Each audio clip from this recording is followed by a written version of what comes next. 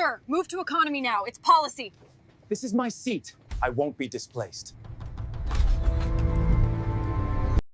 The cabin lights dimmed slightly as the plane taxied toward the runway at Chicago's O'Hare International Airport, but the tension in first class was anything but subdued. Marcus Thompson, a sharp-dressed man in his early 40s, settled into seat 1B, the one he'd reserved a month in advance for this crucial flight to New York. He adjusted his gold cufflinks, glancing at his phone where a notification confirmed the initial wire transfer. $30 million, the first tranche of a $150 million lifeline to Horizon Airways, the beleaguered airline teetering on the edge of bankruptcy. Little did the crew know, the man they were about to confront held the power to either save their company or send it spiraling into oblivion. As the flight attendant approached with a forced smile, Marcus sensed trouble brewing, a subtle shift in the air that whispered of old prejudices resurfacing in the most unexpected places. What started as a routine boarding would soon erupt into a firestorm of humiliation, viral outrage, and corporate reckoning, forcing everyone on board in millions beyond to question just how far we've really come in the fight for equality. 3 hours earlier, Marcus had strode through the bustling terminal, his navy blue suit tailored to perfection, a leather briefcase swinging at his side. At 42, he was the CEO of Apex Investments, a powerhouse firm he'd built from scratch in New York's financial district. Born and raised in Detroit's toughest neighborhoods, where abandoned factories loomed like ghosts and opportunity seemed as distant as the stars, Marcus had clawed his way to the top. His mother, a single parent who juggled 2 jobs as a nurse and a cleaner, had instilled in him a fierce determination. They'll try to box you in, Marcus, but you break those walls with your mind and your grit. He'd aced his way through public school, earned a scholarship to Yale Business School despite whispers of "quota kid," and turned rejections into rocket fuel. Banks had slammed doors on his early ventures, citing fit issues that reeked of bias.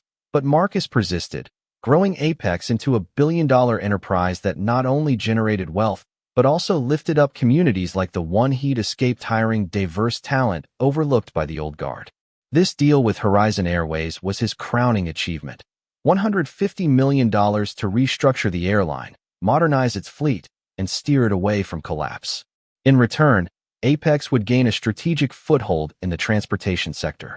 But as Marcus boarded the flight, he had no inkling that the very company begging for his money would treat him like an interloper. The purser, Sarah Jenkins, approached him with a clipboard in hand, her expression a mask of professional detachment. "Sir, there's been an issue with seating. We need you to relocate to economy. We'll provide a voucher for your trouble." Marcus looked up, his dark eyes steady behind wire-rimmed glasses. The cabin was half full, passengers sipping complimentary drinks, but all eyes subtly shifted toward him. He could feel the familiar weight of scrutiny, the unspoken assumption that a black man in first class must be out of place. "I booked this seat weeks ago," Marcus replied calmly, pulling up his e-ticket on his phone. "It's confirmed. Paid in full." Sarah leaned in closer, her voice dropping to a whisper laced with insistence. "We have a high-priority passenger who requires this spot. It's airline policy." Behind her, 2 security officers lingered, their postures rigid, hands resting near their belts. Marcus's mind raced back to countless similar moments. The high school counselor who suggested trade school over college, the Yale classmate who joked about affirmative action spots, the boardrooms where his ideas were dismissed until a white colleague echoed them. He drew a deep breath, tapping his phone to reverse the $30 million transfer. A quiet notification confirmed it. This wasn't just about a seat anymore. It was about dignity. The standoff intensified as Edward Sterling, a burly white executive in a pinstriped suit, boarded with an air of entitlement. He spotted seat 1B and barked, "What's the holdup?" "That's my seat." Sarah nodded deferentially. "Mr. Thompson, please cooperate. This is Mr. Sterling, a valued board associate." Edward smirked, his voice booming. "Some folks know their place. Others need reminding."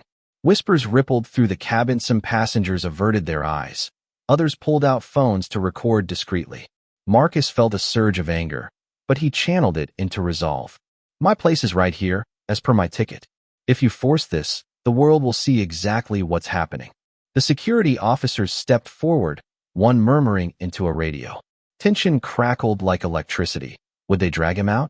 The plane's engines hummed louder, amplifying the drama. Finally, under threat of removal from the flight, Marcus stood, gripping his briefcase. As he walked the aisle to economy, cameras captured every humiliating step. Must be a mix-up, one passenger muttered. Or maybe he didn't belong up there, another sneered. In row 28, squeezed into a middle seat, Marcus seethed. His luggage, he soon learned via notification, had been misdirected to Bostona Petty Sabotage. But Marcus wasn't one to fold.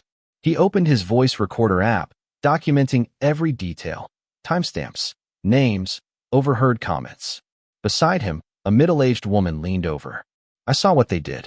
Filmed it too. Want the clip? He nodded gratefully, forwarding it to his team. By takeoff, the video was online. Hashtag Justice for Marcus and Horizon Bias. Views climbed rapidly 100,000 in the first hour. Comments poured in. This is 2025, not 1955. And airlines protecting privilege over paying customers? In first class, Edward toasted with champagne, chuckling to Robert Harlan, Horizon's VP of Operations, who had orchestrated the move. Kept the seat clean, Edward quipped. Robert forced a laugh, but unease gnawed at him. He knew Marcus's name from the deal memos. This could blow up spectacularly. Mid-flight, Marcus's phone buzzed incessantly despite airplane mode tweaks. The clip hit 1 million views. Media outlets picked it up. CNN flashed, Black CEO ousted from first-class racial bias alleged.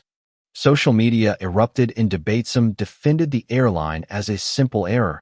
Others decried systemic racism. Is this proof airlines favor the elite?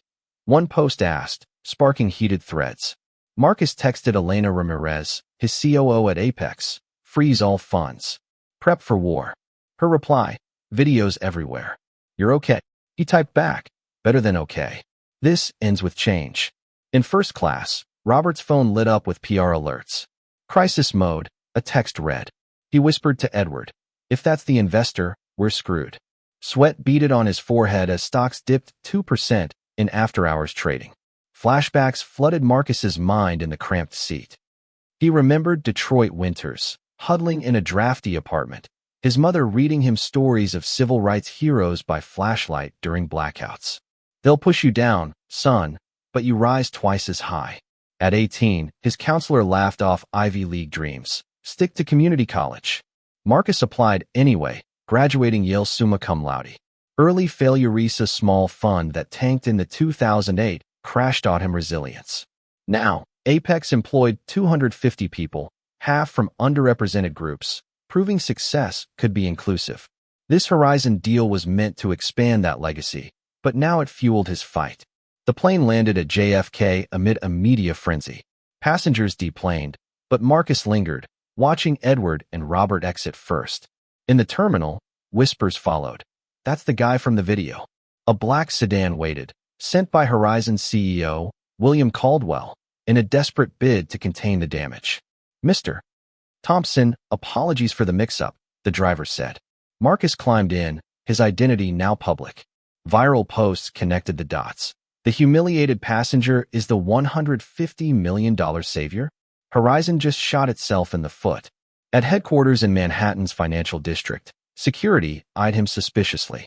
ID check, one growled, delaying him deliberately. Finally, William emerged, face ashen. Mr. Thompson, this was unacceptable. Let's talk. In the sleek 40th floor boardroom, executives shifted uncomfortably. Robert forced a grin. Just a misunderstanding. We'll sort it. Marcus slammed his briefcase down. Misunderstanding? I have videos, testimonies. You humiliated me because of who I am. He played a recording from a whistleblower flight attendant, Lisa Wong. VP Harlan ordered the removal, said the seat was for real VIPs. Gasps echoed. William stammered, we'll investigate. Marcus leaned in. No. Fire Harlan, reform policies, or the deal's dead. Your stock's already tanking. Debate erupted. Board members argued ethics versus survival. This exposes our biases, one said. But firing him admits guilt, another countered. Tension peaked as Marcus issued his ultimatum. Choose, progress, or perish. Back at his Midtown hotel, Marcus rallied his team via video call. Elena, funds frozen. Legal's ready. Laura Chun, investigations head, dug up 6 prior discrimination suits against Harlan, all hushed with NDAs. Daniel Hayes, legal, we can sue for breach. Michael Tran, cybersecurity, tracking their emails. Harlan's panicking. An anonymous tip arrived. I'm Lisa from the flight. Harlan threatened me. Marcus smiled coldly. Release it piecemeal. Let the truth dismantle them. The next day, smears hit. Fox News claimed disruptive CEO stages stunt for leverage. Robert's handiwork, painting Marcus as opportunistic. Social media split. He's playing the race card versus proof of corporate racism. Marcus countered on MSNBC. I failed once, yes, in 2010. But I rebuilt. This isn't about me. It's about equality in the skies. Views soared, shifting opinion. More evidence leaked. Harlan's bribe scandals, employee testimonies. The board reconvened amid plummeting stocks down 20%. Harlan must go, a director insisted. Robert raged. This is sabotage. But votes sealed his fate, terminated immediately. In a final board showdown, Marcus entered uninvited. You've seen the proof. Reform now. William nodded defeatedly. We agree. Oversight Committee, policy overhauls. Please, release the funds. Marcus signed, but with conditions ensuring accountability. As he left, the city skyline gleamed, a symbol of his triumph. Horizon reformed, stocks rebounded, and Marcus's name became synonymous with justice. Months later, Marcus reflected from his Apex office. A single seat had sparked industry-wide change, from anti-bias training to equitable policies. He'd turned pain into progress, honoring his mother's legacy. What do you think about the injustices and subtle violences embedded in everyday systems like this? Share your thoughts in the comments below. Do you believe such acts warrant aggressive pushback, or is quiet resilience the way? Take a stand and let us know your perspective. Your voice could inspire the next wave of change.